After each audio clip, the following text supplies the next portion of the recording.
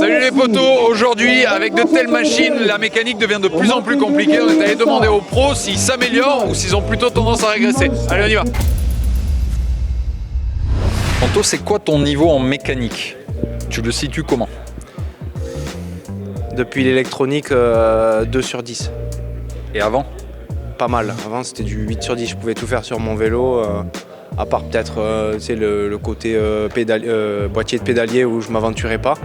Mais ouais, à partir de maintenant, les capteurs de puissance, tous les fils qui passent dedans et tout, je dirais 2 sur 10. Ah non, moi je suis 0.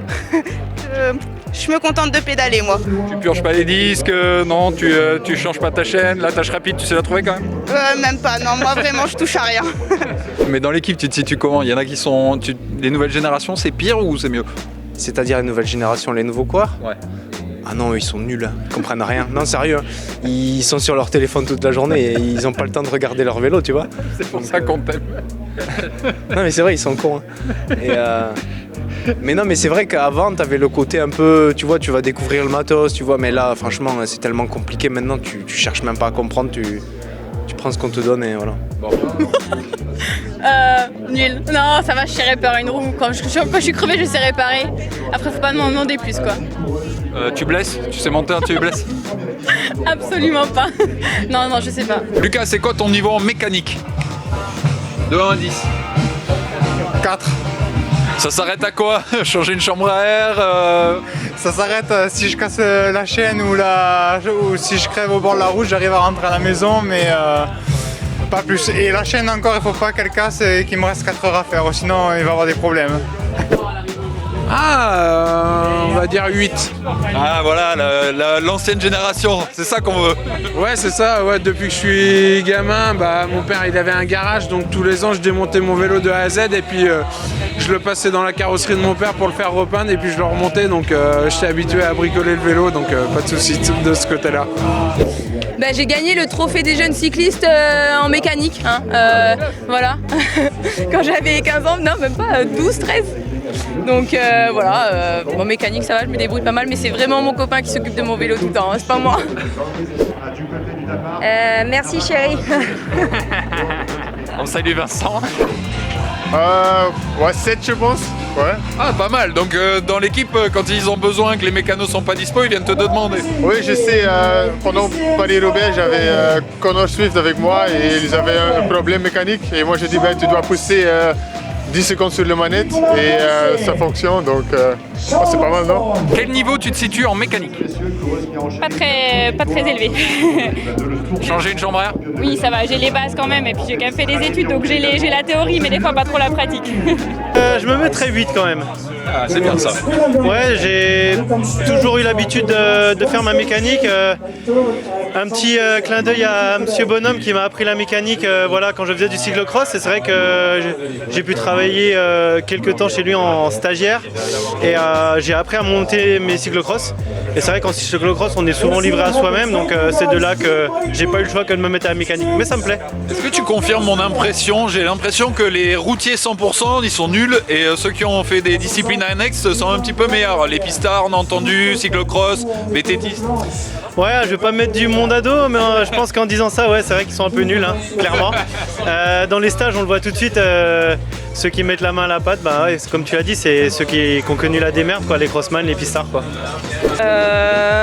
La base, j'ai la base je pense. C'est quoi la base pour toi? Changer une chambre à air?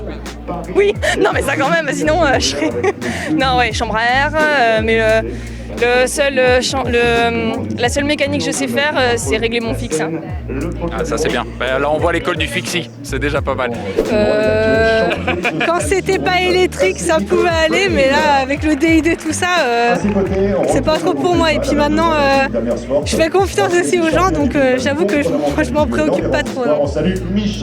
Tu te qualifies comment en tant que mécano de 1 à 10?